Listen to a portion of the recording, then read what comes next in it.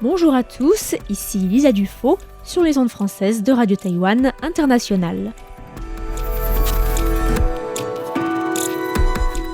C'est l'heure de la revue Asie-Pacifique, une sélection de sujets d'actualité alternée d'émissions thématiques sur l'Asie-Pacifique.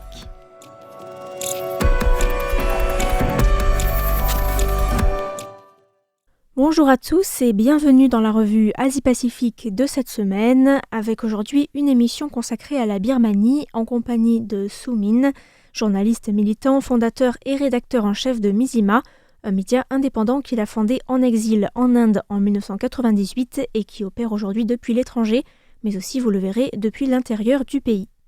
Cette émission fait écho à l'épisode publié au mois de février et consacré aux élections générales qui venaient alors de se conclure. Des élections contestées organisées par la junte militaire sur les territoires qu'elle contrôle, mais qui n'ont pas été reconnues comme légitimes par les Nations Unies, l'ASEAN ou encore l'Union européenne. Su Min avait déjà expliqué que Mizima avait couvert les élections grâce à des journalistes restés dans les régions contrôlées par l'armée, mais aussi grâce à ces journalistes basés au niveau de la frontière avec la Thaïlande et ou dans les territoires contrôlés par différents groupes de résistance en Birmanie. Nous ne sommes pas tout à fait un média en exil, car nous avons aussi des infrastructures à l'intérieur du pays, et notamment un grand centre de formation dans l'État Karen. Même les responsables de Mizima sont dans des zones contrôlées par la junte, mais travaillent secrètement. Plus de 50% du territoire est libéré, donc nous couvrons l'actualité dans ces zones. Et nous avons aussi des bureaux en Inde, en Thaïlande et dans d'autres pays comme le Cambodge, Singapour, l'Australie et en République tchèque. Donc, en termes de management, de satellite, nous travaillons en dehors du Myanmar. Mais pour ce qui est du travail de reporting, de couverture de l'actualité, cela se fait en Birmanie. Nous continuons comme ça et le nombre de nos lecteurs continue de croître. Par exemple, la page Facebook en langue birmane avait 18 millions de followers et a maintenant 21 millions. Su Min est revenu sur son parcours en commençant par le début, c'est-à-dire par ses années étudiantes en Birmanie jusqu'en 1998, année lors de laquelle il a participé aux manifestations étudiantes réclamant l'établissement de la démocratie et qui ont été réprimées par l'armée avec l'arrestation de centaines d'étudiants et de membres de la Ligue nationale pour la démocratie. Su Min a fait partie de nombreux Birmans qui ont alors pris la route de l'exil. Je suis parti dans la jungle vers la frontière avec la Thaïlande pour rejoindre la lutte armée contre la junte. Mais ça ne s'est pas concrétisé. Après le coup d'État, les médias internationaux se sont intéressés à la Birmanie, surtout la BBC. Mais il y a eu ensuite le massacre de la place Tiananmen et la guerre du Golfe, et les problèmes en Birmanie ont presque été oubliés. Donc, avec une autre personne, nous avons décidé de faire un coup de théâtre en détournant un avion, sans armes, pour faire une conférence de presse en Inde. C'était un vol de Thai Airways qui partait de Bangkok pour aller à Rangoon en environ 1 heure. 15 minutes avant l'atterrissage, nous avons détourné l'avion vers Calcutta, en Inde, pour y faire une conférence de presse et parler de la situation en Birmanie, d'Aung San Suu Kyi et des autres prisonniers politiques, ce afin que la question birmane revienne dans les médias. Nous n'avons pas utilisé d'armes, mais juste une statue de Bouddha rieur avec une chaussette connectée à un câble pour imiter une bombe. C'était la première fois que je prenais l'avion, et c'est comme ça que je suis arrivé en Inde, que je suis devenu réfugié et que j'ai commencé à travailler dans le monde des médias. Su Min s'est alors lancé dans le journalisme, travaillant pour Voice of America, Radio Free Asia et RFI, ainsi que pour des journaux indiens, avant de fonder Mizima, qui a donc commencé en exil depuis l'Inde, où le média dispose encore d'un bureau, et s'est également implanté en Thaïlande, ciblant la diaspora birmane et le mouvement pro-démocratie. Nous avons aussi commencé à former secrètement des journalistes en faisant même venir certains en Inde et en Thaïlande. De 2006, 2007 et 2008, nous avons aussi mis un pied dans le pays via la formation de journalistes. Et en 2008, lors du cyclone Nargis, nous avions déjà beaucoup de journalistes, de reporters et de photographes déjà présents dans le pays et qui travaillaient pour nous. C'est comme ça que nous avons pu couvrir le cyclone. Et en 2008, Lors de la promulgation de la nouvelle constitution par la junte, puis lors du référendum, nous avons aussi pu le couvrir de l'intérieur, secrètement avec nos correspondants présents au Myanmar. Et en 2010, nous avons pu couvrir en live sur YouTube et Facebook les élections organisées par la junte. Certains de nos collègues qui travaillaient au Myanmar travaillaient secrètement et nous envoyaient leurs articles. Ils risquent d'être arrêtés, donc ils faisaient attention. Le live était fait depuis nos bureaux à Chiang Mai en Thaïlande et à Delhi en Inde. Mais c'est très dangereux pour eux, et c'est aussi ce à quoi nous les formons, à envoyer leurs rapports de manière sûre. Ils ont des couvertures pour les protéger, et lorsqu'ils sont interrogés, ils disent qu'ils sont blogueurs.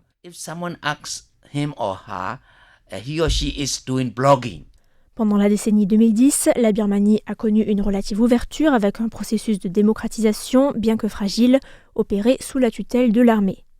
Aung San Suu Kyi, figure de l'opposition non violente à la dictature militaire et lauréate du prix Nobel de la paix en 1991, a été libérée de son assignation à résidence en 2010 et son parti, la Ligue nationale pour la démocratie, a remporté largement les élections de 2015.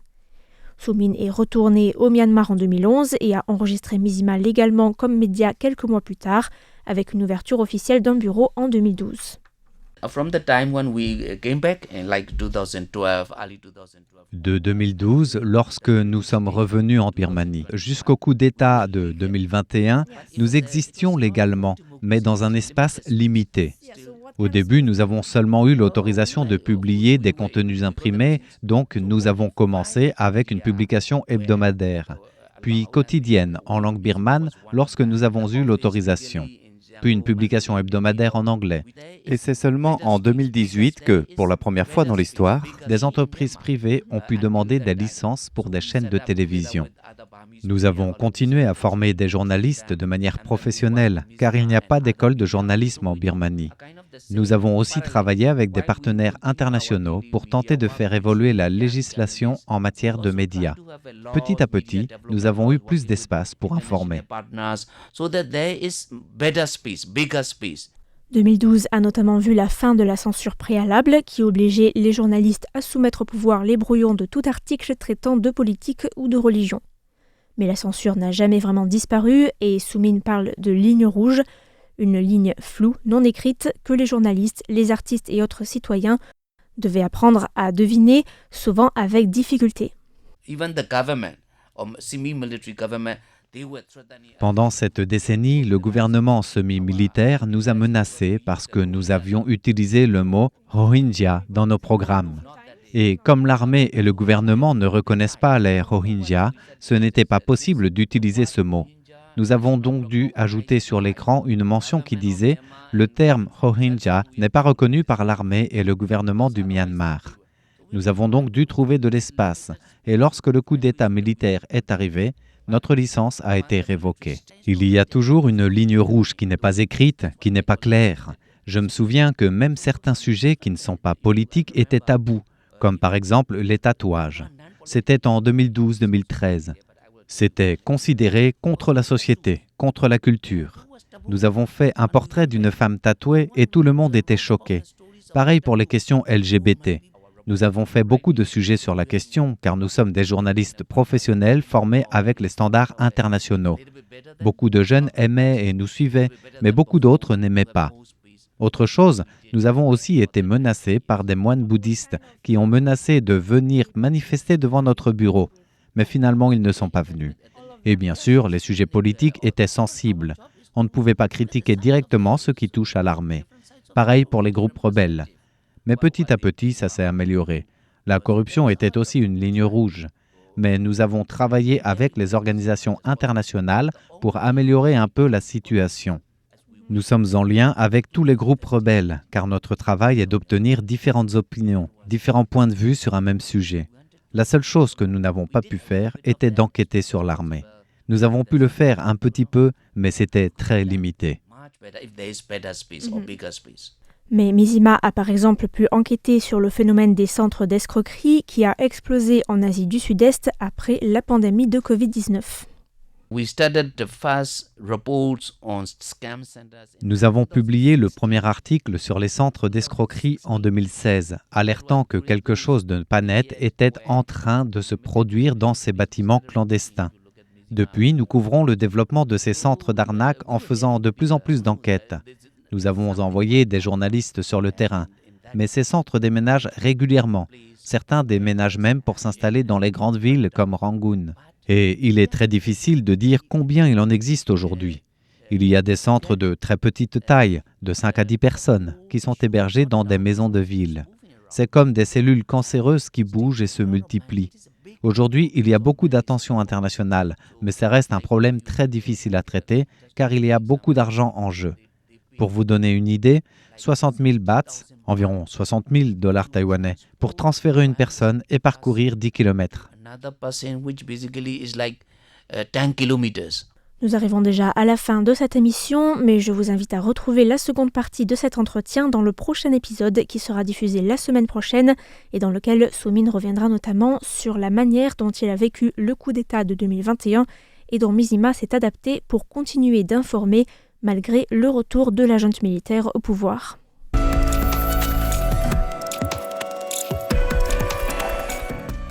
C'était la revue Asie-Pacifique de cette semaine, présentée par Lisa Dufaux pour Radio Taïwan International. Merci pour votre écoute et à la semaine prochaine.